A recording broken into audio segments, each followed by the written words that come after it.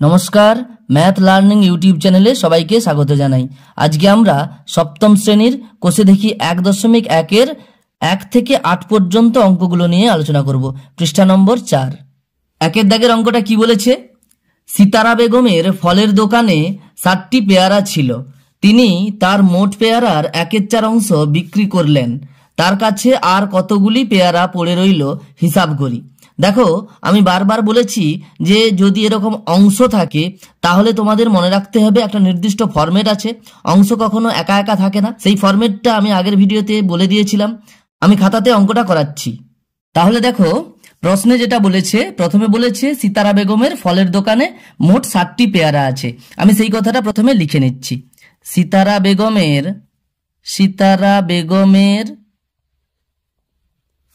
फलेर दोकाने मोट 7टी पेयारा आछे, এটা প্রথমে বলে দেওয়া আছে, সেই লাইনটা আমি লিখলাম। এরপরে বলেছে তিনি তার মোট পেয়ারার 1/4 অংশ বিক্রি করলেন। দেখো 1/4 অংশ কথাটা আছে, 1/4 অংশ কথাটা থাকলে ওই রকম ভাবে একটা ফরম্যাটে থাকবে, এত এর এত অংশ সবসময় থাকবে। আমি সেই কথাটা লিখছি, তিনি বিক্রি করলেন সমান 7টি পেয়ারার 1/4 অংশ। দেখো এখানে এই যে বলেছে মোট পেয়ারার 1/4 অংশ বিক্রি করলেন। দেখো এখানে মোট পেয়ারা বলতে 7টা পেয়ারা এখানে বলে দেওয়া আছে, আমি সেটা লিখেছি 7টি পেয়ারার 1/4 অংশ বিক্রি করলেন। তাহলে মোট পেয়ারা 7টা সেটা বসিয়ে দেওয়া হলো, এবং তার সঙ্গে সঙ্গে অংশ যে একা থাকে না, এত এর এত অংশ হয় সেটাও লিখে দিলাম। একসঙ্গে দুটো কাজই হয়ে গেল। সমান করে এটাকে হিসাব করব আমরা কিভাবে? আমরা জানি এই রকম ফরম্যাটে থাকলে, অর্থাৎ অংশ থাকলে যে ফরম্যাটটা থাকে সেখানে হিসাব কিভাবে করতে হয়। যেহেতু 7টি পেয়ারার আছে, এর আছে, তাহলে কি করব, 60 এর অর্থাৎ গুণ চিহ্ন দেব, 1/4 লিখব এবং এককটা লিখব এতটি পেয়ারা। তাহলে দেখো তিনি বিক্রি করলেন এতগুলি পেয়ারা হবে। সমান করে আমরা এটা হিসাব করব কি রকম? দেখো ভগ্নাংশের গুণ থাকলে আমরা কিভাবে হিসাব করব, লবগুলোর সঙ্গে হরগুলোর কাটাকুটি করব। এখানে দেখো 4 আর 60 কাটাকুটি হয়ে যাবে, 4 দিয়ে কাটছি, 4 একে 4, 4 15 60। তাহলে 15 একে 15 উপরে বসলো, আর নিচে 1 একে 1 বসানোর দরকার নেই, তাহলে হয়ে যাবে 15টি পেয়ারা। তাহলে তিনি অর্থাৎ সিতারা বেগম 15টি পেয়ারা বিক্রি করলেন, কিন্তু প্রশ্নে চেয়েছে তার কাছে আর কতগুলি পেয়ারা পড়ে রইল। ছিল 7টা পেয়ারা, তার মধ্যে 15টা পেয়ারা বিক্রি করে দিয়েছেন, তাহলে আর কতগুলি পেয়ারা পড়ে আছে? 60 থেকে 15টা বাদ দিয়ে দাও, 45টা পেয়ারা এখনো পড়ে আছে। তাহলে লিখবো অতএব তার কাছে আর 60 থেকে 15 বাদ দিয়ে দাও এতটি, অর্থাৎ 45টি পেয়ারা পড়ে রইল। এটাই উত্তর হয়ে যাবে, অর্থাৎ এই 45। এরপরে 2 দাগের অঙ্কটা কি বলেছে, মা আমাকে 60 টাকার 5/6 অংশ এবং দাদাকে 45 টাকার 7/9 অংশ দিয়েছেন। মা কাকে বেশি টাকা দিয়েছেন হিসাব করে দেখি। এখানে দেখো আবার দেখতে পাচ্ছি 5/6 অংশ আছে, 7/9 অংশ আছে। এখানে কিন্তু একটা খেয়াল করে দেখো যে 60 টাকার 5/6 অংশ, 45 টাকার 7/9 অংশ, একদমই কিন্তু ফরম্যাটটা পুরোটা আমাদের করে দেওয়া আছে, তাহলে আমাদের হিসাব করতে সুবিধা হবে। দেখো আমি অঙ্কটা করাচ্ছি। তাহলে দেখো 2 দাগের অঙ্কটাতে মা আমাকেও টাকা দিয়েছেন এবং দাদাকেও টাকা দিয়েছেন। তো এবার কাকে বেশি টাকা দিয়েছেন সেটা হিসাব করতে বলা আছে। আমি এখানে দুটো ভাগে ভাগ করে নেব, তাই এখানে আমি লিখব মা আমাকে দিয়েছেন এবং এখানে লিখব মা দাদাকে দিয়েছেন। এইভাবে তোমাদের করার দরকার নেই, তোমরা পরপর করলেও হবে। আমি বোঝানোর জন্য এইভাবে দুপাশে এইভাবে এরকম করে অঙ্কটা করাচ্ছি। মা আমাকে দিয়েছেন বলে দেওয়া আছে প্রশ্নে 60 টাকার 5/6 অংশ। দেখো এখানে 5/6 অংশ আছে, অর্থাৎ অংশ আছে যখন আমরা এত এর এত অংশ হিসাব করে লিখব। দেখো এখানে প্রশ্নে পুরো দেওয়া আছে, তাই এটাকে হিসাব করতে আমাদের সুবিধা হবে। 60 টাকা এর আছে, তাহলে গুণ চিহ্ন দিয়ে 5/6 লিখব এবং এককটা লিখব টাকা। এই টাকা এককটা হয়ে যাবে। দেখো 60 টাকার 5/6 অংশ অর্থাৎ 60 টাকার 6 ভাগের 5 ভাগ, সেটা কিছু টাকা হবে। 60 টাকাকে 6 ভাগ করে তার যদি 5 ভাগ নেই, কিছু টাকা পাবো, সেই এককটা টাকা লিখলাম। সমান করে আমরা যদি হিসাব করি, নিচে 1 আছে, এখানে 6 আর 60 দেখো সরাসরি 6 দিয়ে কাটাকুটি হয়ে যাবে।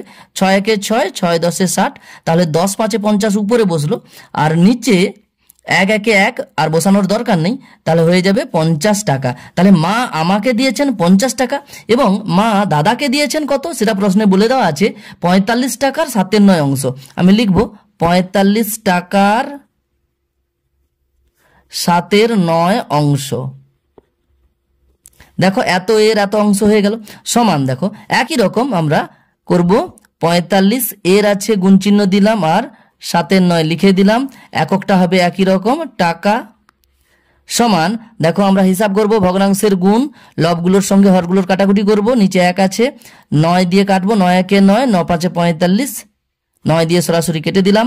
উপরে হবে তাহলে 7 5 35, আর নিচে 1 একে 1 আর লেখার দরকার নেই, 35 টাকা। তাহলে দেখো মা দাদাকে দিয়েছেন 35 টাকা, মা আমাকে দিয়েছেন 50 টাকা। তাহলে এখানে সহজেই দেখতে পাচ্ছি আমাকে বেশি টাকা দিয়েছেন, তাহলে লিখবো অতএব মা আমাকে বেশি টাকা দিয়েছেন। কাকে বেশি টাকা দিয়েছেন, কত টাকা বেশি দিয়েছেন সেটা চায়নি, তাহলে মা আমাকে বেশি টাকা দিয়েছেন এটাই শুধু লিখলে হবে, এটাই উত্তর হয়ে যাবে।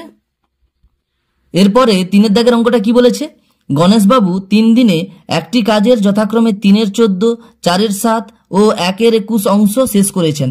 তিনি 3 দিনে মোট কত অংশ কাজ শেষ করেছেন ও এখনো কত অংশ কাজ বাকি আছে হিসাব করি। দেখো আমি এই অঙ্কটা করাচ্ছি খাতাতে। দেখো 3 দাগের অঙ্কটাতে বলেছে 3/14 অংশ প্রথমে করেছে, তারপরের দিন 4/7 অংশ কাজ করেছে, তারপরের দিন 1/21 অংশ কাজ করেছেন। এখন মোট কাজ যতটা তার 3/14 অংশ প্রথম দিন, মোট কাজ যতটা তার 4/7 অংশ দ্বিতীয় দিন, মোট কাজ যতটা তার 1/21 অংশ তৃতীয় দিন কাজ করেছেন। তাহলে মোট কাজ কতটা এখন এটা জানার খুবই প্রয়োজন। আমি এখানে ধরে নেব অঙ্কটাতে মোট কাজ 1 অংশ, তাহলে অঙ্কটা আমাদের করতে খুব সুবিধা হবে, যেহেতু মোট কাজ কতটা সেটা বলে দেওয়া নেই। তাই আমি ধরে নেব এখানে মোট কাজ সমান 1 অংশ। তা লিখব ধরিলাম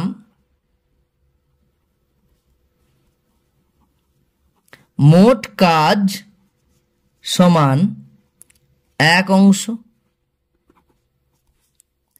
অতএব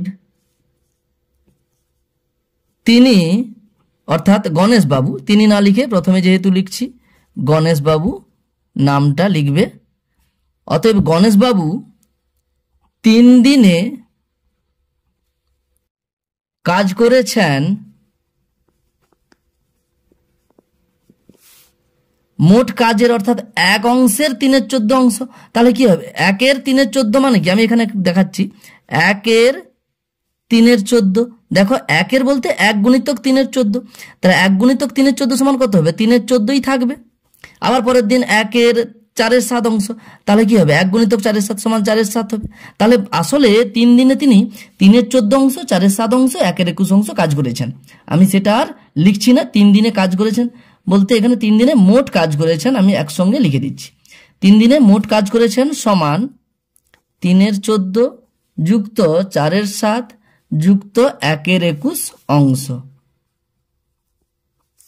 সমান, দেখো আমরা জানি ভগ্নাংশের যোগ করতে গেলে কি করতে হয়, হরগুলোকে একই করতে হয়, তাই আমাদের হরগুলোকে লসাগু করতে হয়। 14 7 21 লসাগু করতে হবে। 14 7 21 লসাগু তোমরা জানো, 7 দিয়ে যাবে, 7 2 14, 7 1 7, 7 3 21। এরপরে দেখো আর কিছু দিয়ে যাচ্ছে না, এছাড়াও তোমরা 2 দিয়ে 2 1 2 বা 3 দিয়ে 3 1 3 এইভাবে পরপর করতে পারো, না হলে এইভাবে করে রেখে দিতে পারো। তাহলে হয়ে যাবে 7 2 14 3 42, অর্থাৎ এগুলো সবই গুণ করো, লসাগু হবে 7 গুণিতক 2 গুণিতক 3, 7 2 14 3 42, এইভাবে লসাগু বেরিয়ে গেল। তাহলে 42টা নিচে বসিয়ে দিলাম। এরপর দেখো 14 3 42, 3 3 9, একদম সরাসরি আমরা এইভাবে বসিয়ে নিতে পারি। প্লাস চিহ্ন আছে সেটা দিয়ে দিলাম। 7 6 42, 6 4 24 আমরা লিখে দিলাম। প্লাস চিহ্ন আছে সেটা দিয়ে দিলাম। 21 2 42, 2 1 2 করে লিখে দিলাম। এককটা লিখে দিলাম অংশ। তাহলে 3 দিনে মোট কতটা কাজ করেছেন আমরা পেয়ে যাচ্ছি। 9 আর 24 যোগ করব, তারপরে 2 যোগ করব। 9 আর 24 যোগ করলে 33, 33-এর সঙ্গে 2 যোগ করলে 35। তাই 35 উপরে বসালাম, নিচে 42 আছে, অংশ এককটা লিখলাম। সমান দেখো এখানে আমরা ভগ্নাংশ যেহেতু আছে আমাদের সবসময় টার্গেট থাকবে ভগ্নাংশ থাকলে সেটাকে লঘিষ্ঠ আকারে প্রকাশ করে নেওয়া, অর্থাৎ কাটাকুটি করে নেওয়া। এখানে দেখো 35 আর 42 কাটাকুটি করলে 7 দিয়ে আমরা কাটতে পারবো। 7 5 35, 7 6 42, 7 দিয়ে কাটছি উপর নিচে। এরপরে দেখতে পাচ্ছি উপরে 5 আছে আর নিচে 6 আছে, অর্থাৎ 5-এর 6 অংশ হয়ে গেল। তাহলে গণেশবাবু 3 দিনে মোট কাজ করেছেন 5-এর 6 অংশ। এটা একটা উত্তর। যেহেতু আমাদের এই প্রশ্নে দুটো প্রশ্ন করেছে তাহলে দুটো উত্তর দিতে হবে। তা প্রথম প্রশ্ন করেছে 3 দিনে মোট কতটা কাজ করেছেন, তাহলে এখানে একটা আমরা পরে আবার উত্তরটা লিখবো। আমি এখানে অ্যান্সার 1 বলে প্রথম প্রশ্নের উত্তরটা লিখলাম। এরপরে দ্বিতীয় প্রশ্নে বলেছে এখনো কত অংশ কাজ বাকি আছে, তাহলে লিখতে পারি অতএব কাজ বাকি আছে, কাজ বাকি আছে। দেখো পুরোটা কাজ কতটা, 1 অংশ, সেখান থেকে হয়ে গেছে কতটা, 5-এর 6। তাহলে বাকি আছে পুরো কাজ থেকে যতটা হয়ে গেছে সেটা আমরা বিয়োগ করে দেবো। তাহলে 1 থেকে 5-এর 6 অংশটা বাদ দিয়ে দিলে হয়ে যাবে এত অংশ, অর্থাৎ 1 বিয়োগ 5-এর 6 অংশ। দেখো ভগ্নাংশের বিয়োগ করতে গেলে আমরা যোগ বিয়োগের এই যে নিয়ম, যোগের এক্ষুনি নিয়মটা দেখালাম, এইভাবেই বিয়োগের নিয়মটাও করতে পারো। আর আমি একটু বলে দিচ্ছি, যদি পূর্ণ সংখ্যার সঙ্গে আর একটা ভগ্নাংশের যদি যোগ বা বিয়োগ থাকে খুব সহজেই কিন্তু আমরা করে নিতে পারি। কিভাবে, এই যে হর আছে এই হরের সঙ্গে পূর্ণ সংখ্যাটা গুণ করব। 6 1 6, তা সেটা লিখে দেবো সরাসরি। 6 1 6 মাইনাস 5 আছে, -5 সেটা লিখতে পারি। আর নিচে যে 6 আছে সেটাই নিচে থেকে যাবে, অর্থাৎ 6 - 5/6 অংশ সমান। দেখো 6 থেকে 5 বাদ দিলে 1, আর নিচে 6 আছে, 1-এর 6 অংশ হয়ে গেল। তাহলে এটা কতটা কাজ বাকি আছে সেই প্রশ্নের উত্তর। এখানে এবারে আমি উত্তরটা লিখব অতএব 3 দিনে তিনি মোট কাজ করেছেন 5-এর 6 অংশ। এটা প্রথম প্রশ্নের উত্তর। এবং কাজ বাকি আছে, কাজ বাকি আছে 1-এর 6 অংশ। এটা দ্বিতীয় প্রশ্নের উত্তর। তাহলে এটাই উত্তর হয়ে যাবে। এরপরে 4-এর দাগের অঙ্কটা কি বলেছে, একটি বাঁশের দৈর্ঘ্যের 1/3 অংশে লাল রং, 1/5 অংশে সবুজ রং ও বাকি 14 মিটারে হলুদ রং দিয়েছি। বাঁশটি কত মিটার লম্বা হিসাব করি। দেখো এই অঙ্কটা আমি খাতাতে করাচ্ছি। তাহলে 4-এর দাগের অঙ্কটাতে দেখো বলেছে একটা বাঁশ আছে, আমি এখানে বাঁশটার ছবি মোটামুটি একটা এঁকে নিচ্ছি। তো এবারে বলেছে এই বাঁশের 1/3 অংশে লাল রং। 1/3 অংশে লাল রং বলতে 3 ভাগের 1 ভাগ। আমি 3টা ভাগ মোটামুটি 3 ভাগ মোটামুটি করে নিয়েছি। তাই 1/3 অংশে এখানে লাল রং করা হয়েছে। তাহলে এটা 1/3 অংশ, এখানে লাল রং করা হয়েছে। এরপরে বলেছে ওই বাঁশটারই 1/5 অংশে সবুজ রং, অর্থাৎ এই বাঁশটাকে 5 ভাগ করা হবে এরকম করে, 1 2 3 4 5। তার ধরো এইটা হলো, তাহলে 1/5 অংশ বলতে 5 ভাগের 1 ভাগ। তাহলে এই বাঁশটাকে যদি 5 ভাগ করা হতো সমান 5টা ভাগ, তার একটা ভাগে সবুজ রং করা হয়েছে। তাহলে এটা 1/5 অংশ, এখানে সবুজ রং করা হয়েছে। এরপরে বলেছে বাকি 14 মিটারে। দেখো আমি এখানে দেখতে পাচ্ছি লাল রং আর সবুজ রং করার পরে এইটা বাকি আছে, তাই এটা বলেছে এটা নাকি 14 মিটার, এটা বাকিটা 14 মিটার এটা বলে দেওয়া আছে। এই 14 মিটারে হলুদ রং করা হয়েছে। এখন দেখো এটা বলেছে 1/5 অংশ, এটা বলেছে 1/3 অংশ, আর এটা বলেছে 14 মিটার। এখন আমরা যদি পুরোটা যদি ধরি, পুরোটা 1 অংশ, তাহলে 1 অংশের মধ্যে এখানে 1/5 অংশ, এখানে 1/3 অংশ, তাহলে বাকি এখানে কিছু অংশ হওয়ার কথা। এখানে 14 মিটার দিয়েছে। তাহলে আমি যদি এক অংশ থেকে 1/5 অংশ আর 1/3 অংশ বাদ দিয়ে দিই, তাহলে এখানে যতটা অংশ পড়ে থাকবে সেই অংশটা মানেই আসলে 14 মিটার। আমি সেইভাবেই অঙ্কটা করাচ্ছি। তাহলে এখানে দেখো আমি ধরিলাম বাঁশটি 1 অংশ লম্বা, অর্থাৎ বাঁশটির দৈর্ঘ্য 1 অংশ লম্বা। তাহলে পুরোটা 1 অংশ। 1 অংশের মধ্যে 1/5 অংশ সবুজ, 1/3 অংশে লাল রং দেওয়া হয়েছে। তা আমি এখানে লিখতে পারি প্রশ্নানুসারে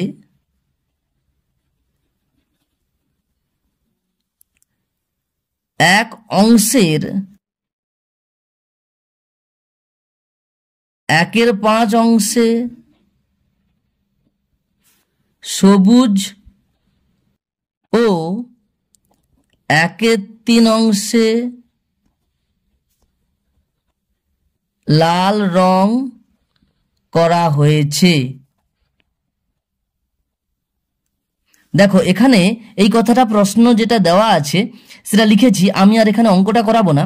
একটু খেয়াল করে দেখো, 1 অংশের 1/3 অংশ অর্থাৎ 1/3, তাহলে 1 অংশের 1/3 অংশ বলতে 1 গুণিতক 1/3 অর্থাৎ সেই 1/3 থাকবে। তাহলে 1/3 অংশে লাল রং। আবার 1 অংশের 1/5 অংশে একই রকম 1 অংশের 1/5 অংশে অর্থাৎ সেই 1/5 অংশে সেটা সবুজ রং করা হয়েছে। তাহলে 1/5 অংশ সবুজ রং, 1/3 অংশ লাল রং, এটা করা হয়েছে। তাহলে বাকি কতটা অংশ পড়ে আছে সেটা আমরা সরাসরি করে দিচ্ছি। অতএব বাকি অংশ সমান, তাহলে দেখো পুরোটা 1 অংশ, সেখান থেকে দেখো 1/5 অংশে সবুজ রং, 1/5 অংশে সবুজ রং সেটা বিয়োগ করলাম। আবার দেখো 1/3 অংশে লাল রং, সেটাও বাদ দিলাম। তা পুরোটা 1 থেকে এই দুটো বাদ দিয়ে দিলাম, এত অংশ বাকি পড়ে আছে। সমান দেখো ভগ্নাংশের বিয়োগ আছে, আমরা কি করব, সমস্ত ভগ্নাংশগুলোর হরগুলোকে একই করব। এই 1 আছে লবে আর নিচে কিছু নেই, অর্থাৎ হরে 1 আছে। তাই 1, 5, 3 লসাগু করে আমরা নিচে বসাবো। 1, 5, 3 লসাগু 15 হবে। তোমরা লসাগু করবে 1, 5, 3, এখানে দেখো 1 দিয়েই যাবে। আর যদি তোমরা অন্যভাবে 5 দিয়ে দিলে 5 1 5, 3 থাকবে, আবার 3 দিয়ে দিতে হবে, 3 1 3, এইভাবেও করতে পারো লসাগু। তাহলে কত হবে, 1 গুণিতক 1 গুণিতক 5 গুণিতক 3 অর্থাৎ 15 লসাগু হলো। দেখো 15 এখানে রাখলাম আমি। এইবার দেখো 1 15 15, তাহলে 15 1 15 হয়ে যাবে। যেমন বিয়োগ চিহ্ন আছে দিলাম, 5 3 15, 3 1 3 লিখলাম। 3 নামটা রাখবো, 3 5 15, এই 5কে আবার উপরেরটা দিয়ে গুণ করতে হবে, 5 1 5। এইভাবে আমরা ক্লাস 5-এ ভগ্নাংশের যোগ বিয়োগ শিখে গেছিলাম, সেটাই আমি এখানে করলাম। এককটা অংশ লিখলাম। সমান দেখো 15 থেকে 3 বাদ দিলে 12, 12 থেকে আবার 5 বাদ দিলে 7, তাহলে হয়ে যাবে 7-এর উপরে 7 বসলো আর নিচে 15 যেমন আছে লিখলাম, 7-এর 15 অংশ। তাহলে এখানে দেখো বাকি অংশ 7-এর 15 অংশ বেরিয়েছে। এখানে ছবিটা দেখো, বাকি অংশ বলতে তাহলে এই যে অংশটা আছে 1/5 অংশে সবুজ রং, 1/3 অংশে লাল রং, তাহলে এই যে বাকি অংশটা এটা আসলে 7-এর 15 অংশ। এরপরে গিয়ে তাহলে সবাই অংশ অংশ এখানে বুঝতে পারলাম। এখানে সবাই মিটার মিটার করে পেলে তাহলে আমরা কত মিটার লম্বা বাঁশটা সেটা আমরা পেয়ে যেতাম। তাহলে 7-এর 15 অংশ মানে আসলে 14 মিটার, মানে বাঁশটার মোট যতটা লম্বা তার 7-এর 15 অংশ অর্থাৎ তার 15 ভাগের 7 ভাগ, সেটা 14 মিটার। তাহলে বাঁশটা পুরোটা অর্থাৎ 1 অংশ কত মিটার হবে সেটা আমাদের বের করতে হবে। দেখো আমি এখানে অঙ্কটা করাচ্ছি। অতএব করে লিখতে পারি বাঁশটির 7-এর 15 অংশ সমান 14 মিটার, এটা প্রশ্নে দেওয়া আছে। অতএব বাঁশটির 1 অংশ বলতে পুরো বাঁশটা কতটা লম্বা সেটা পেয়ে যাবো আমরা। 1 অংশ সমান 14। এখানে দেখো একটু খেয়াল রাখবে, এটা ঐকিক নিয়মের মতোই আমি অঙ্কটা করছি। ঐকিক নিয়মে এইভাবে করবে, এই পাশটা যেমন করবে এই পাশটাও কিন্তু সেইভাবেই করবে। এই পাশে কত দিয়ে গুণ করছি, উপরে তো ছিল 7-এর 15, 7-এর 15কে দেখো 7-এর 15 ছিল, সেটাকে যদি আমরা 15-র 7 দিয়ে গুণ করি তাহলে দেখো 15 উপরে নিচে কেটে গেল, আর নিচে উপরে নিচে 7 সেটাও কেটে গেল, তাহলে সেই থেকে দেখো 1 হয়ে যাচ্ছে। কাটাকুটি করলে দেখো এক হচ্ছে। তাহলে 7-এর 15 ছিল, সেটাকে যদি আমরা 15-র 7 দিয়ে গুণ করি তাহলে কিন্তু এক হয়ে যাবে। তাহলে এ পাশে যেমন আমি 15-র 7 দিয়ে গুণ করেছি, তাই এ পাশেও কিন্তু 15-র 7 দিয়ে গুণ করলে তোমরা কিন্তু উত্তরটা পেয়ে যাবে। তো এইভাবে ঐকিক নিয়মে তোমরা সহজেই করে নিতে পারবে। এছাড়া আরেকটা পদ্ধতি আমি বলে দিচ্ছি, এক অংশ বাঁশ, অর্থাৎ এক অংশ বাঁশ তো পুরো বাঁশটা, সেটা নিশ্চয়ই 7-এর 15 অংশ বাঁশের থেকে বড় হবে। এক অংশ বলতে পুরো বাঁশটা, সেটা কি হবে, এটার থেকে বেশি হবে। তা বেশি যদি হয় তাহলে 14 মিটার ছিল, 14 মিটারের থেকে বেশি হবে। কিন্তু বেশি করতে গেলে আমরা যে কোনো সংখ্যাকে যদি আমরা আরেকটা ভগ্নাংশ দিয়ে যদি এমনভাবে গুণ করি যেই ভগ্নাংশটা অবশ্যই অপ্রকৃত ভগ্নাংশ, অর্থাৎ উপরে বড় নিচে ছোট, যদি আমরা উপরে বড় নিচে ছোট দিয়ে গুণ করি তাহলে কিন্তু এটা 14 থেকে বেশি হয়ে যাবে। 14 ছিল, 14-র সঙ্গে আমি 15-র 7 দিয়ে যদি গুণ করি 14 থেকে কিন্তু বাড়বে।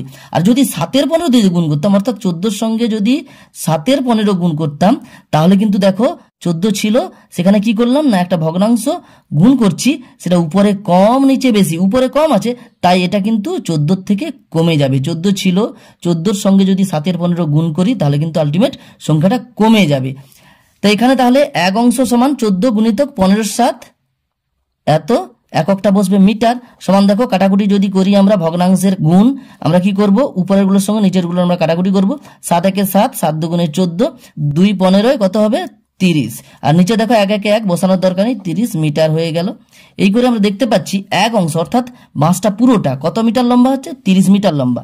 আমরা উত্তর লিখে দেব, অতএব বাঁশটি 30 মিটার লম্বা। এটাই উত্তর হয়ে যাবে। এবার দেখো আমি এখানে এই অঙ্কটা এখানে কি করলাম আমি আরেকবার বলছি, ঐকিক নিয়মে তোমরা কখন গুণ হবে কখন ভাগ হবে কি হবে এটা কিন্তু সহজে বুঝতে পারবে না। আমি দুভাবে কিন্তু বোঝানোর চেষ্টা করেছি। এক বললাম এই পাশে আমরা যে সংখ্যাটা ছিল তার সঙ্গে কত গুণ করলাম বা কত ভাগ করলাম সেটা দেখো। 7-এর 15 ছিল, 7-এর 15-এর সঙ্গে 15-র 7 অর্থাৎ ওর অন্যান্য দিয়ে যদি গুণ করে দিই তাহলে কিন্তু এক হয়ে গেল। তাহলে এখানে 7-এর 15 ছিল, 15-র 7 গুণ করেছি, এ পাশে যখন 15-র 7 গুণ করেছি ও পাশে যেটা ছিল তার সঙ্গে 15-র 7 সরাসরি গুণ করে দেবো। এখানে 15-র 7 গুণ করেছি, এ পাশেও 15-র 7 গুণ করে দেবো, উত্তর হয়ে যাবে। এইভাবে করতে পারো ঐকিক নিয়ম। অথবা আর এক কাজ করতে পারো যে এখানে দেখো এক অংশ বলতে পুরো বাঁশটা সেটা কিন্তু 14 মিটার থেকে বেশি হবে, তাই এখানে যে 14 ছিল তার সঙ্গে আমরা কি করব, এখানে উপরে বেশি নিচে কম অর্থাৎ উল্টে দাও, 15-র 7 করে দাও, এই 15-র 7 দিয়ে গুণ করব। যে কোনো সংখ্যার সঙ্গে যদি আমরা আরেকটা অপ্রকৃত ভগ্নাংশের গুণ করি অর্থাৎ উপরে বেশি নিচে কম দিয়ে যদি গুণ করি তাহলে কিন্তু সংখ্যাটা বেড়ে যাবে। দেখো 14 ছিল 30 হয়ে গেছে। আর যদি প্রকৃত ভগ্নাংশ অর্থাৎ উপরে কম নিচে বেশি দিয়ে যদি গুণ করি তাহলে কিন্তু 14 থেকে কমে যেত। তাই এটা একটু খেয়াল করে এইভাবে অঙ্কটা করবে, তাহলে উত্তরটা হয়ে যাবে বাঁশটি 30 মিটার লম্বা। এরপরে 5-এর দাগের অঙ্কটা কি বলেছে, একটি খাতার দাম 6.50 টাকা হলে 15টি খাতার দাম কত হবে হিসাব করি। দেখো এখানে 6.50 টাকা বলতে 6 টাকা 50 পয়সা। দেখো খুবই সহজ অঙ্ক, একটা খাতার দাম 6.5 টাকা বলে দেওয়া আছে, তাহলে 15টা খাতার দাম কত হবে আমাদের বের করতে হবে। অঙ্কটা আমি খাতাতে করাচ্ছি। তাহলে দেখো 5-এর দাগের অঙ্কটাতে প্রশ্নে বলেছে একটা খাতার দাম 6 টাকা 50 পয়সা, তাহলে 15টি খাতার দাম কত হবে। আমি এই অঙ্কটা ঐকিক নিয়মে করিয়ে দিচ্ছি। প্রশ্নে বলেছে একটি খাতার দাম 6.50 টাকা, তাহলে 15টি খাতার দাম কত হবে, 15টি খাতার দাম কত হবে। দেখো ঐকিক নিয়মে আমরা যদি করি তাহলে সহজেই বুঝতে পারছি, বেশি খাতার দাম বেশি হবে, সরল সম্পর্ক, তাহলে কি হবে গুণ হয়ে যাবে 6.50-এর সঙ্গে 15 আমরা গুণ করতে পারি। দশমিক ভগ্নাংশের গুণ দুরকম পদ্ধতিতে করা যায়। আমি এখানে দেখো দুরকম পদ্ধতি তোমাদের আবার মনে করিয়ে দেওয়ার চেষ্টা করছি।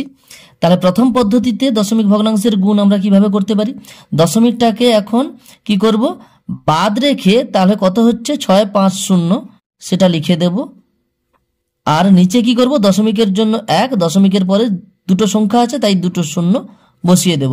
আর কি করব এখানে 15 আছে, এটাকেও আমরা যদি সামান্য ভগ্নাংশে প্রকাশ করে লিখি অর্থাৎ 15/1 হয়ে যাবে, তাহলে হয়ে যাবে এত টাকা টাকা এককটা লিখলাম, সমান দেখো এরপরে দেখতে পাচ্ছি ভগ্নাংশের গুণ, সামান্য ভগ্নাংশের গুণ, উপরেরগুলোর সঙ্গে নিচেরগুলো কাটাকাটি হয়।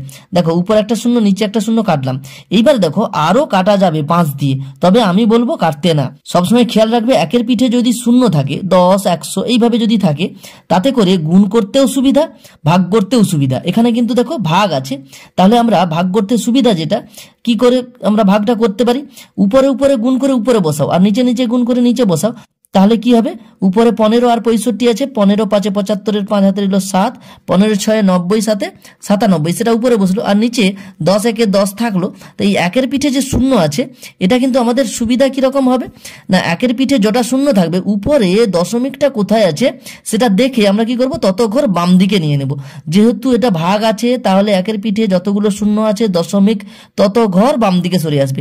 এখানে দেখো 975 আছে, দশমিক আমরা দেখতে পাচ্ছি না, দশমিক আছে আসলে শেষে আছে। তো একের পিঠে একটা শূন্য আছে, দশমিক এক ঘর বাম দিকে সরে আসবে, হয়ে যাবে 97.5 টাকা। এরপরে আমি একটা কথা বলি, যখন টাকা পয়সাতে এইরকম আমরা লিখতে থাকবো, তখন কিন্তু দশমিকের পরে সবসময় দুটো সংখ্যা তোমরা নেবে। তাহলে 97.5 শূন্য করে নাও, শেষে কিছু নেই, শূন্য করে নিলে তাহলে কি হবে, 97.50 টাকা, অর্থাৎ 97 টাকা 50 পয়সা হয়ে যাবে। তাহলে এটা গেল 15টা খাতার দাম। তাই এটা উত্তর একটা হয়ে গেল। এইটা যেটা আমি দশমিকের গুণ, এই যে প্রসেসটা দেখালাম, এটা একটা প্রসেস। আর একটা প্রসেস কি হয় না, 6.50 আছে, দশমিকটা প্রথমে বাদ দিয়ে দাও, তাহলে হয়ে যাবে কত, 650। আর এখানে কত আছে 15, এটাকে গুণ করে ফেলো, তাহলে কি হবে, 15 0 0, 15 5 75, 5 7, 15 6 90, 7 97, এটা হয়ে গেল। তাহলে 9750 হয়ে গেল, অর্থাৎ দশমিক বাদ দিয়ে গুণ করে ফেললাম, যত হলো সেটা থাকলো। এরপরে কি করবো আমরা, এতে করে কি হয়, সরাসরি উত্তরটা লেখা যায়। দশমিক যটার আগে আছে তত ঘর আগে আবার দশমিকটাকে নিয়ে চলে আসো, দুটো ঘরের আগে দশমিক আছে, তাহলে দুটো সংখ্যার আগে দশমিকটা নিয়ে চলে আসো, অর্থাৎ 97.50 হয়ে যাবে টাকা। দেখো এখানে 97.50। তাহলে এইভাবে আমরা দুরকম পদ্ধতিতে দশমিকের গুণ করতে পারি। প্রথম পদ্ধতিতে দশমিক বাদ দিয়ে নিচে একের পিঠে শূন্যগুলো বসিয়ে এইভাবে কাটাকুটি করে আমরা অঙ্কটা করতে পারি। আর দ্বিতীয় পদ্ধতিতে দশমিকটা বাদ রেখে প্রথমে পূর্ণ সংখ্যাগুলোর গুণ করে নিতে হবে, তারপরে কি করব, দশমিককে আবার ফেরত নিয়ে চলে আসতে হবে, যত ঘর আগে দশমিক ছিল তত ঘর আগে দশমিকটাকে বসিয়ে দিতে হবে। এই করে 97.50 আমরা উত্তরটা এইভাবে পেয়ে যেতে পারি। তাহলে এইভাবে অঙ্কটা করা যাবে। এরপরে 6 দাগের অঙ্কটা কি বলেছে, একটি বাক্সে 12টি চিনির প্যাকেট আছে, প্রতিটি প্যাকেটের ওজন 2.84 কিগ্রা। বাক্স এবং প্যাকেটগুলির মোট ওজন 36 কিগ্রা হলে হিসাব করে দেখি বাক্সটির ওজন কত হবে। অঙ্কটা আমি খাতাতে করাচ্ছি। তাহলে দেখো 6 দাগের অঙ্কটাতে প্রশ্নে কি বলেছে, একটা বাক্স আছে, এরকম একটা বাক্স আছে, এই বাক্সে 12টা চিনির প্যাকেট আছে। তা আমি যদি এরকম করে ভাগ করে নিই, দেখো 1 2 3 4 5 6 7 8 9 10 11 12, এই করে 12টা চিনির প্যাকেট বাক্সটাতে আছে। এখানে বলেছে কি বাক্সটার একটা ওজন আছে, আবার চিনির প্যাকেটগুলোর প্রত্যেকটার ওজন সমান সমান করে আছে। চিনির প্যাকেট 12টা আছে, প্রত্যেকটা প্যাকেটের ওজন প্রায় 3 কেজি করে, 2.84 কেজি করে। তাহলে এই চিনির প্যাকেটটার ওজন 2.84 কিগ্রা, এটারও 2.84 কিগ্রা, এটারও 2.84 কিগ্রা, এরকম করে প্রত্যেকটা চিনির প্যাকেটের ওজন 2.84 কিগ্রা, অর্থাৎ 2.84 কিগ্রা বলতে 2.84 কেজি, অর্থাৎ 2 কেজি 840 গ্রাম। আমরা টাকা পয়সার ক্ষেত্রে দশমিকের পরে দুটো ঘর রাখি, আর কিলোগ্রাম আর গ্রামের ক্ষেত্রে দশমিকের পরে কিন্তু 3টে করে নিতে হয়, অর্থাৎ এটা হয়ে গেল 2 কেজি, অর্থাৎ 2 কিগ্রা, আর 840 গ্রাম, 2 কেজি 840 গ্রাম, এইভাবে হয়ে যায়। তা 2.84 কিগ্রা করে প্রত্যেকটা চিনির প্যাকেটের ওজন আছে, আর বাক্সটার একটা নির্দিষ্ট ওজন আছে। এই করে মোট বাক্সটা আর চিনির প্যাকেটগুলো যতগুলো আছে সবার ওজন মিলে 36 কেজি। এখানে বলেছে বাক্সটার ওজন কত। তাই এই অঙ্কটা করতে গেলে আমরা কি করব, তাহলে একটা চিনির প্যাকেটের ওজন যত আছে, 12টা চিনির প্যাকেটের ওজন 12 দিয়ে গুণ করে আমরা পেয়ে যাব। প্রশ্নে বলে দেওয়া আছে, তাহলে লিখব প্রশ্নানুসারে একটি চিনির প্যাকেটের ওজন 2.84 কিগ্রা।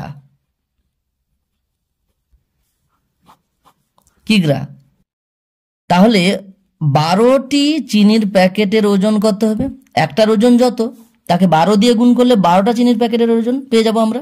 তাহলে 2.84 গুণিতক 12 এত কি হবে, কিগ্রা হয়ে যাবে, অর্থাৎ কেজি। সমান দেখো একটু আগে আমি দুরকম পদ্ধতিতে দশমিক ভগ্নাংশের গুণ দেখিয়ে দিয়েছিলাম, আমি এখানে সরাসরি করে দিচ্ছি। দশমিকটা বাদ রেখে গুণ করছি। 12 4 48 এর 8 হাতে রইল 4, 12 8 96, 4 100 হাতে রইল 10, 12 দুগুণে 24, 10 34। এবারে দুটোর আগে দশমিক আছে, দুটোর আগে দশমিক আমি বসিয়ে দিলাম, এই করে 34.08 কিগ্রা আমরা পেয়ে গেলাম। তাহলে দেখো 12টি চিনির প্যাকেটের ওজন 34.08 কিগ্রা দাঁড়ালো। 12টা চিনির প্যাকেট ছিল এবং তার সঙ্গে সঙ্গে বাক্স ছিল। তাহলে এখানে আমি লিখতে পারি প্রশ্নানুসারে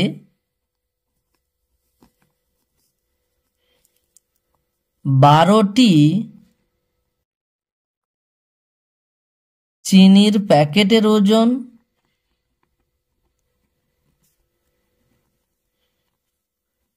প্লাস বাক্সের ওজন। দেখো 12টা চিনির প্যাকেটের ওজন আর বাক্সের ওজন মিলে, এখানে প্লাস চিহ্ন দিয়েছি, মিলে 36 কিগ্রা। 12টা চিনির প্যাকেটের ওজন কত দাঁড়িয়েছে? 34.08। তাহলে 34.08 কিগ্রা প্লাস বাক্সের ওজন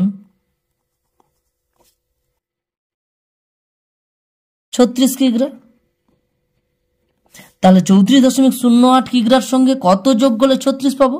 36 থেকে 34.08 বাদ দিয়ে দাও। অতএব করে আমরা তাহলে বাক্সের ওজন কত পাচ্ছি? বাক্সের ওজন সমান 36 থেকে 34.08 কিগ্রা বাদ দিয়ে দাও। দেখো এখানে যদি ধরি 34 কিগ্রা, 34.08টা এখন বাদ দাও, শুধু 34 ধরো। তাহলে 34-এর সঙ্গে কত যোগ করলে 36 হবে? 34-এর সঙ্গে 2 যোগ করলে 36 হবে। সেটা কি করে পাচ্ছি? 36 থেকে 34টা বাদ দিলে, তাহলে সেই একই রকম এটার সঙ্গে এটা যোগ করলে 36 পাচ্ছি। তাহলে এটা কত পাবো? 36 থেকে এটা বাদ দিয়ে দাও, এটা পেয়ে যাব। সেটাই আমি করেছি এখানে, 36 থেকে 34.08 কিগ্রা বাদ দিচ্ছি। তো এখানে দেখো দশমিকের বিয়োগটা আমরা জানি, ক্লাস 5-এ শিখে নিয়েছি কি করতে হয়। দশমিকের সোজাসুজি উপর নিচে দশমিক বসাতে হয়। 36-এ দেখো দশমিকটা কোথায় আছে? তারপরে শেষে আছে। তাহলে 36.00 করে যত খুশি ভাবতে পারি শূন্য আছে। তো এখানে যেহেতু দশমিকের পরে দুটো সংখ্যা আছে, তাহলে এখানে আমি 36-এর পরে দশমিকের পরে দুটো শূন্য নিয়েছি। এখানে 34.08টা আমি এইভাবে বসাবো। 34.08 বিয়োগ করলে কিভাবে পাবো? তাহলে ধার করে আমরা এখানে দেখতে পাচ্ছি 10 হবে। এখানে 10 ছিল, 9 হয়ে গেছে, এখানে কেটে 5 আছে। তাহলে 10 থেকে 8 বাদ দিলে 2, 9 থেকে 0 বাদ দিলে 9, 5 থেকে 4 বাদ দিলে 1, আর এখানে 3 থেকে 3 বাদ দিলে 0। তা দশমিকের সোজাসুজি নিচে দশমিক বসিয়ে দিয়েছি, এই করে পাচ্ছি 1.92। তাহলে 1.92 কিগ্রা। তাহলে এটা কি হচ্ছে? বাক্সের ওজন। এটাই উত্তর হয়ে যাবে। এরপরে দেখো 7-এর দাগের অঙ্কটা কি বলেছে? এক বস্তা চালের পরিমাণের 0.75 অংশের দাম 1800 টাকা হলে তার 0.15 অংশের দাম হিসাব করি। দেখো এখানেও অংশ আছে, তা এক বস্তা চাল আছে যতটা, তার 0.75 অংশের দাম 1800 টাকা দেওয়া আছে। 0.15 অংশের দাম কত হবে বের করতে হবে। দেখো অনেক রকম ভাবে অঙ্কটা করা যায়। আমি মোটামুটি এই অঙ্কটা ঐকিক নিয়মে করিয়ে দিচ্ছি, খাতাতে আমি অঙ্কটা করাচ্ছি। তাহলে দেখো 7-এর দাগের অঙ্কটা আমি ঐকিক নিয়মে করাবো। তাহলে কি করতে হবে? ঐকিক নিয়মে অঙ্কগুলো করতে গেলে গণিতের ভাষায় সমস্যা প্রথমে তৈরি করতে হয়। গণিতের ভাষায় সমস্যাটি হলো কি হবে? বলে দেওয়া আছে চালের পরিমাণ দেওয়া আছে, তার দাম দেওয়া আছে। তা আমি প্রথমে লিখব চালের পরিমাণ। চালের পরিমাণ এই পাশে লিখব, ব্র্যাকেটে লিখব একক অংশ, আর যেহেতু দামটা আমাদের বের করতে হবে তাই দামটা ডান দিকে লিখলাম টাকা। তাহলে দুটো বিষয় লিখলাম, চালের পরিমাণ, দাম। ক্লাস 5-এ তোমরা ঐকিক নিয়ম শিখে নিয়েছো, এইভাবে বিষয়গুলোকে লিখতে হয়। গণিতের ভাষায় সমস্যা তখন তৈরি করব আমরা। চালের পরিমাণ প্রথমে দেওয়া আছে 0.75 অংশ, তার দাম দেওয়া আছে 1800 টাকা অর্থাৎ 1800 টাকা, আর চেয়েছে 0.15 অংশের দাম কত। তো এইভাবে গণিতের ভাষায় আমরা সমস্যা তৈরি করে নিতে পারি। এরপরে দেখো সম্পর্ক তৈরি করতে হয় এই দুটো বিষয়ের মধ্যে। চালের পরিমাণ দেখো এখানে কমেছে 0.75, এটা কিন্তু 0.15-এর থেকে বড়।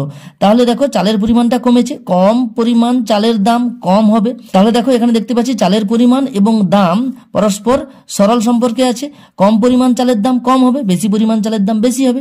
তাহলে আমরা লিখতে পারি অতএব চালের পরিমাণ এবং দাম সরল সম্পর্কে আছে। তোমরা আরো একটা লাইন লিখতে পারো যে চালের পরিমাণ কমলে দাম কমবে, তাই চালের পরিমাণ এবং দাম সরল সম্পর্কে আছে, এই কথাটা লিখতে পারো। আমি এখানে সরাসরি লিখে দিয়েছি সরল সম্পর্কে আছে। এরপরে মূল যদি ঐকিক নিয়মটা আমরা করতে থাকি, কিভাবে করব? প্রথমে 0.75 অংশ চালের দাম 1800 টাকা, এটা প্রথম লাইনে আমরা লিখে নেব এইভাবে। এক অংশ চালের দাম, তাহলে দেখো এক অংশ বলতে পুরো বস্তা চালের দাম, তা পুরো বস্তা চালের দামটা কি হবে? বেশি হবে, পুরো বস্তাটা চাল যেহেতু বেশি, তাই আমরা কি করব? 1800-র সঙ্গে আমরা কি করব? এখানে 0.75 কিন্তু গুণ করা যাবে না। খেয়াল করে দেখো 0.75 বলতে 75-এর 100, তাহলে উপরে কম আছে নিচে বেশি আছে। আমরা যদি 0.75 দিয়ে গুণ করি আসলে 75/100 দিয়ে গুণ হবে, তাহলে উপরে কম নিচে বেশি, 75/100 করলে উপরে কম নিচে বেশি দিয়ে গুণ করলে তাহলে কিন্তু আলটিমেট 1800 থেকে কমে যাবে। তাহলে এক অংশ চাল বলতে পুরো বস্তা চালের দামটা কিন্তু বেশি হওয়া উচিত। তাহলে কি হবে? উপরে 100 বসবে, নিচে 75 বসবে। তাহলে এখানে তোমরা এখানে ব্র্যাকেটে লিখে নিতে পারো সমান 75-এর 100। তাহলে 0.75 অংশ বলতে 75-এর 100 অংশ চালের দাম 1800 টাকা ছিল। এক অংশ চালের দাম কি হয়ে যাবে? 1800-র সঙ্গে 100/75, এটাকে উল্টে দিতে হবে, কারণ উপরে বেশি নিচে কম দিয়ে যদি গুণ করি তবে গিয়ে বাড়বে। এক অংশ চালের দাম বলতে পুরো বস্তা চালের দাম, সেটা কিন্তু 1800 থেকে বেশি হওয়া উচিত। তাই 1800-র সঙ্গে 100/75 গুণ করব আমরা। এরপরে 0.15 অংশ চালের দাম, 0.15 বলতে 15/100 অংশ চালের দাম কত হবে? এখানে যত ছিল তার সঙ্গে ওই 15/100 দিয়ে গুণ করব, তাহলে এখানে 100/75 ছিল, এরপরে 15/100 দিয়ে গুণ করব। দেখো কম পরিমাণ চালের দাম কম হবে, তাই উপরে কম নিচে বেশি দিয়ে আমরা গুণ করেছি। তাহলে এখানে যত ছিল 1800 ইন্টু 100/75 ছিল, তার সঙ্গে 15/100 অর্থাৎ 0.15 যেটা আছে সেটা দিয়ে গুণ করেছি, তাহলে হয়ে যাবে এত টাকা সমান। এবার দেখো ভগ্নাংশের যদি কাটাকুটি করি তাহলে কি হবে? উপরের গুলোর সঙ্গে নিচের গুলো কাটাকুটি করতে হবে। উপরে 100 নিচে 100 কেটে নিলাম। এরপরে দেখো 15×5 75, 15 দিয়ে কাটলাম, উপরে 15-একে 15 করলাম, নিচে 15×5 75 করলাম। এরপর দেখো 5 আর 1800 যদি কাটাকুটি করি 5 দিয়ে কাটবো, 5-একে 5, 5×3 15, 3×30 5×6 30, 5×0 করে 360 পাচ্ছি। তাহলে হয়ে যাবে কি 360, একে 360 উপরে থাকলো, আর নিচে 1-একে 1 করে, নিচে আর লেখার দরকার নেই 1, তাই হয়ে যাবে 360 টাকা। তাহলে দেখো ওই চালের বস্তার 0.15 অংশ অর্থাৎ 15/100 অংশ চালের দাম 360 টাকা, ওটাই আমরা লিখবো। অতএব 0.15 অংশের দাম 360 টাকা, এটাই উত্তর হয়ে যাবে।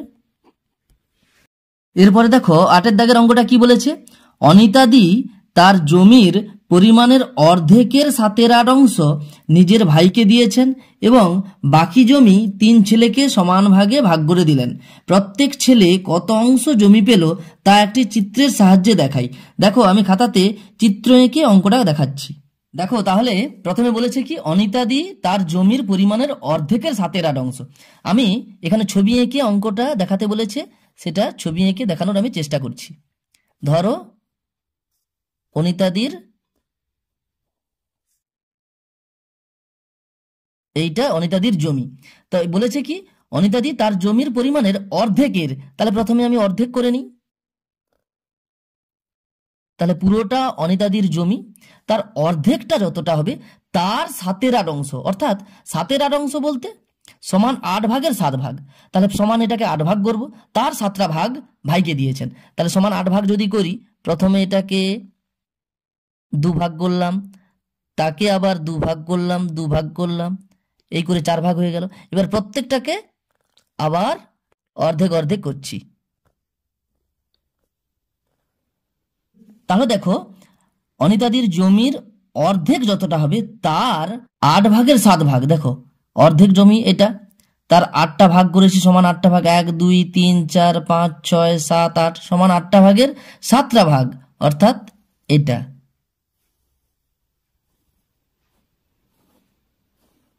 এটা কি করেছে, তার ভাইকে দিয়েছে।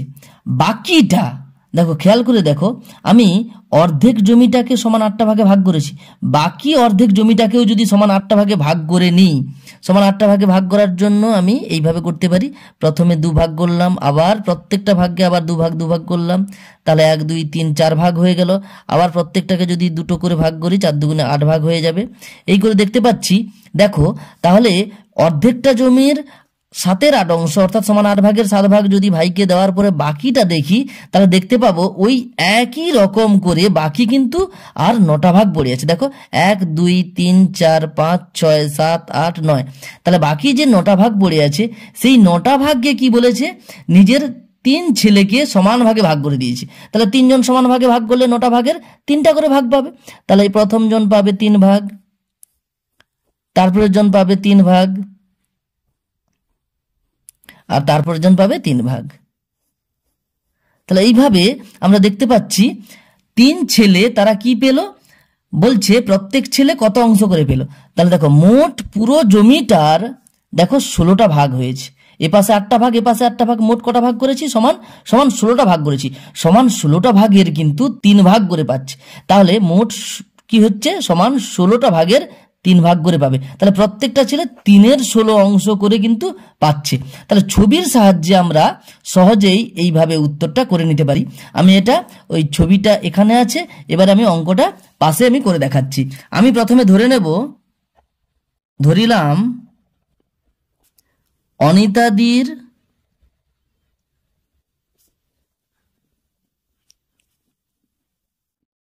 মোট জমি সমান 1 অংশ। এবার করেছে কি, তার অর্ধেকটার 7-এর 8 অংশ ভাইকে দিয়েছে। তাহলে অতএব করে অর্ধেক জমি সমান হাফ অংশ। এই হাফ অংশের 7-এর 8 অংশ তার ভাইকে দিয়েছে। তাহলে লিখব অতএব তার ভাইকে দিয়েছেন অর্ধেক জমি অর্থাৎ 1/2 অংশের 7-এর 8 অংশ সমান, দেখো কি হবে, তাহলে এত এর এত অংশ কি হয়, ইনটু হয়ে যাবে, অর্থাৎ হাফ গুণিতক 7-এর 8 অংশ, এটা তার ভাইকে দিয়েছেন, সমান দেখো কাটাকুটি যাচ্ছে না, তাহলে 7 1 7 উপরে বসবে আর 2 গুণে 16 নিচে বসলো, অর্থাৎ 7-এর 16 অংশ তার ভাইকে দিয়েছেন। এখানে দেখো সেইভাবেই আমি ছবিটা দিয়েছি, দেখো সমান 16টা ভাগ করেছি, তার 7টা ভাগ তার ভাইকে দিয়েছেন। তো অতএব করে আমরা বলবো বাকি জমি সমান,